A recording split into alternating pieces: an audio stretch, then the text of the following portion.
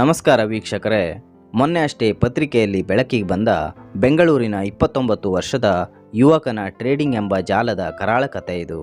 80 ಲಕ್ಷ ಸಾಲ, stock trading ಅಡಿಕ್ಷನ್ನಿಂದ ನಿಮಾನ್ಸ್ನಲ್ಲಿ ಚಿಕಿತ್ಸೆ ಪಡೆದ ಯುವಕನ ಪಾಡು ಇದು.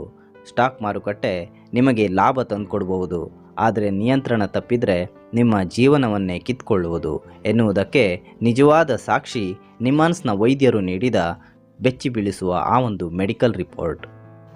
ಹಾಗಿದ್ರೆ ನಿಜವಾಗಿಯೂ ಆ ಯುವಕನಿಗೆ ಆಗಿದ್ದೇನು?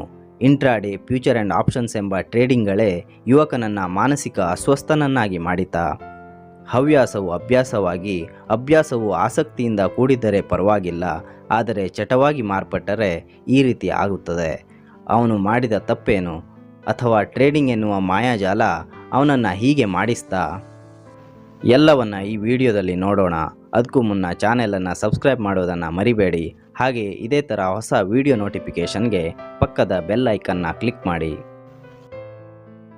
ವೀಕ್ಷಕರೇ, ನೀವು ಕೂಡ ಈ ಸ್ಟಾಕ್ ಮಾರ್ಕೆಟ್ ಬಗ್ಗೆ ಕೇಳಿರ್ತೀರಾ. ಇಂಟ್ರಾಡೇ, ಫ್ಯೂಚರ್ ಆ್ಯಂಡ್ ಆಪ್ಷನ್ಸ್ ಅಂತ ಹೇಳಿ ಅಲ್ಲೊಬ್ಬರು ದಿನಕ್ಕೆ ಇಷ್ಟೊಂದು ದುಡ್ಡು ಮಾಡಿದರು, 10,000 ಹಾಕಿ ಲಕ್ಷ ಸಂಪಾದಿಸಿದ್ರು ಅಂತ ಬರೋ ಮೋಟಿವೇಶನ್ ಯೂಟ್ಯೂಬ್ ವಿಡಿಯೋಗಳು, ಆನ್ಲೈನ್ ಟ್ರೇಡಿಂಗ್ ಕ್ಲಾಸಸ್ಗಳು. ಇವತ್ತು ದುಡ್ಡು ಕಳ್ಕೊಳ್ಳೋದಕ್ಕೆ ಇದೊಂದು ಕಾರಣ ಅಂತ ಹೇಳಿದರೆ ತಪ್ಪಿಲ್ಲ. ಈ ಯುವಕನಲ್ಲೂ ಕೂಡ ಆಗಿದ್ದು ಇದೆ. ಆರಂಭದಲ್ಲಿ ಸ್ವಲ್ಪ ಹಣವನ್ನು ಹೂಡಿಕೆ ಮಾಡ್ತಾನೆ. ಕೆಲವೊಂದು ಟ್ರೇಡ್ಗಳಲ್ಲಿ ಲಾಭ ಕೂಡ ಆಗಿದ್ದು ಹೌದು, ಆದರೆ ನಿಜವಾದ ತಿರುವು ಇದೇ ಲಾಭ ಬಂದಾಗ ಆಗಿದ್ದು. ಮನಸ್ಸು ಹೇಳ್ತಾ ಇತ್ತು ಇನ್ನಷ್ಟು ಹಣವನ್ನು ಹಾಕು ಅಂತ. ಆವಾಗ ಅವನು ಆಯ್ಕೆ ಮಾಡಿದ್ದೆ ಈ ಟ್ರೇಡಿಂಗ್ನಲ್ಲಿ ಅಪಾಯಕಾರಿಯಾದ ಇಂಟ್ರಾಡೇ ಮತ್ತು ಫ್ಯೂಚರ್ ಆ್ಯಂಡ್ ಆಪ್ಷನ್ಸ್ ಟ್ರೇಡಿಂಗ್. ಬೆಳಿಗ್ಗೆ ಆದರೆ ಸಾಕು ಮೊಬೈಲ್ನಲ್ಲಿ ಮಾರುಕಟ್ಟೆ ನೋಡೋದು, ಚಾರ್ಟ್ ಮತ್ತು ಸ್ಟಾಕ್ಗಳ ಏರಿಳಿತ. ಅದರ ಅಡಿಕ್ಷನ್ ಎಷ್ಟರ ಮಟ್ಟಿಗೆ ಆಗಿತ್ತು ಅಂದರೆ ಮಾಡ್ತಿರೋ ಕೆಲಸದಲ್ಲಿ ಇಂಟ್ರೆಸ್ಟ್ನ ಕಳ್ಕೊಂಡು ಕುಟುಂಬದ ಜ್ಞಾನನೇ ಇಲ್ಲ, ರಾತ್ರಿ ನಿದ್ದೆ ಬಿಟ್ಟು ಮಾರುಕಟ್ಟೆ ನೋಡ್ತಾ ಕುಳ್ತಿರೋದು. ಟ್ರೇಡಿಂಗ್ ಮಾಡಿದಾಗ ಎಲ್ಲ ಲಾಭನೇ ಆಗುತ್ತಾ? ಇಲ್ಲ, ಹಾಕಿದ ದುಡ್ಡು ಕಳ್ಕೊಳ್ತಾ ಹೋದಾಗ ನಷ್ಟ ಆಯಿತು.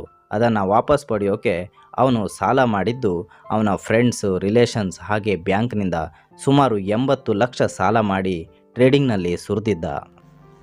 ಅವತ್ತಿಗೆ ಅವನ ಮಾನಸಿಕ ಸ್ಥಿತಿ ಹೇಗಿರಬಹುದು ಯೋಚನೆ ಮಾಡಿ. ಅವನು ತೀವ್ರ ಮಾನಸಿಕ ಒತ್ತಡಕ್ಕೆ ಒಳಗಾಗ್ತಾನೆ. ಪದೇ ಪದೇ ಆತಂಕ, ನಿದ್ರೆನೇ ಇಲ್ಲ, ಏನೋ ಕಳೆದುಕೊಂಡ ಹಾಗೆ ನಿರಾಶಾ ಭಾವನೆ. ಚೆನ್ನಾಗಿದ್ದ ಮಗ ಈ ರೀತಿ ವರ್ತಿಸೋದು ನೋಡಿ ಕುಟುಂಬದವರು ದಂಗಾಗಿ ಹೋಗಿದ್ರು. ಅವರು ಅವನನ್ನು ನಿಮಾನ್ಸ್ ಆಸ್ಪತ್ರೆಗೆ ಕರ್ಕೊಂಡು ಬರ್ತಾರೆ. ನಿಮಾನ್ಸ್ನ service for healthy use of ಟೆಕ್ನಾಲಜಿಯ ಡಾಕ್ಟರ್ ಸುಬ್ರಮಣಿಯನ್ ಶಾರದಾ, ಡಾಕ್ಟರ್ ರಾಜೇಶ್ ಕುಮಾರ್ ಮತ್ತು ಡಾಕ್ಟರ್ ಮನೋಜ್ ಕುಮಾರ್ ಕೆ ಶರ್ಮಾ ಅವರು ಯುವಕನಿಗೆ ಚಿಕಿತ್ಸೆ ಮತ್ತು ಸಂಶೋಧನೆಯನ್ನು ಒಟ್ಟಿಗೆ ಪ್ರಾರಂಭಿಸ್ತಾರೆ.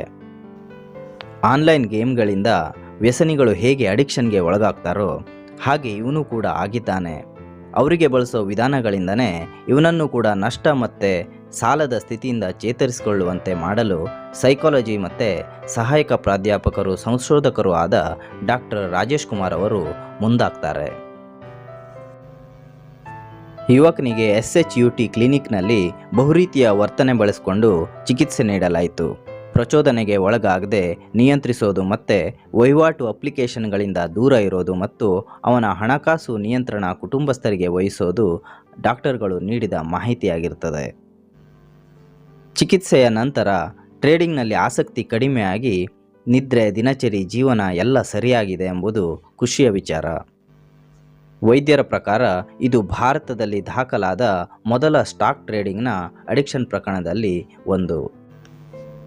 ವೀಕ್ಷಕರೇ, ಟ್ರೇಡಿಂಗ್ ಇವತ್ತು ಹೇಗಾಗಿದೆ ಅಂದರೆ ಅದು ಜೂಜಿನಂತೆ ಆವರಿಸ್ಕೊಂಡು ಬಿಟ್ಟಿದೆ. ಭಾರತದಲ್ಲಿ 20 ಕೋಟಿಗೂ ಅಧಿಕ ಡಿಮ್ಯಾಟ್ ಅಕೌಂಟ್ಗಳು ಇದ್ದಾವೆ. ಅದರಲ್ಲಿ 75% ಅಕೌಂಟ್ಗಳು 30 ವರ್ಷ ಒಳಗಡೆ ವಯಸ್ಸಿನವ್ರದ್ದು ಆಗಿದೆ. ಈ ತರಹದ ಇನ್ಸಿಡೆಂಟ್ಗಳನ್ನು ನೋಡಿದಾಗ ಎಲ್ಲರಿಗೂ ಇದು ಎಚ್ಚರಿಕೆಯ ಗಂಟೆ ಆಗಿದ್ದು ಸುಳ್ಳಲ್ಲ. ಇದನ್ನೆಲ್ಲ ನೋಡಿದಾಗ ವೈದ್ಯರು ಹೇಳೋದು ಅತಿಯಾದ ಟ್ರೇಡಿಂಗ್ನ ಆಸಕ್ತಿ ಚಟವಾದಾಗ ಈ ತರಹ ಮಾನಸಿಕ ಅಸ್ವಸ್ಥತೆ ಆಗುತ್ತದೆ ಅನ್ನೋದು ಅವರ ಅಭಿಪ್ರಾಯ. ಅದಕ್ಕೆ ಯಾವುದೇ ಹೂಡಿಕೆ ಆಗಲಿ, ಏನೇ ಕೆಲಸ ಮಾಡುವಾಗ ಅದರ ಬಗ್ಗೆ ಆಳವಾಗಿ ಅಧ್ಯಯನ ಮಾಡಿ ನಮ್ಮ ಅನುಕೂಲಕ್ಕೆ ತಕ್ಕಂತೆ ವ್ಯವಹರಿಸುವುದು ತುಂಬ ಉತ್ತಮ. ಅತಿಯಾದರೆ ಅಮೃತ ಕೂಡ ವಿಷವಾಗುತ್ತೆ ಅಲ್ವಾ ಸ್ನೇಹಿತರೆ?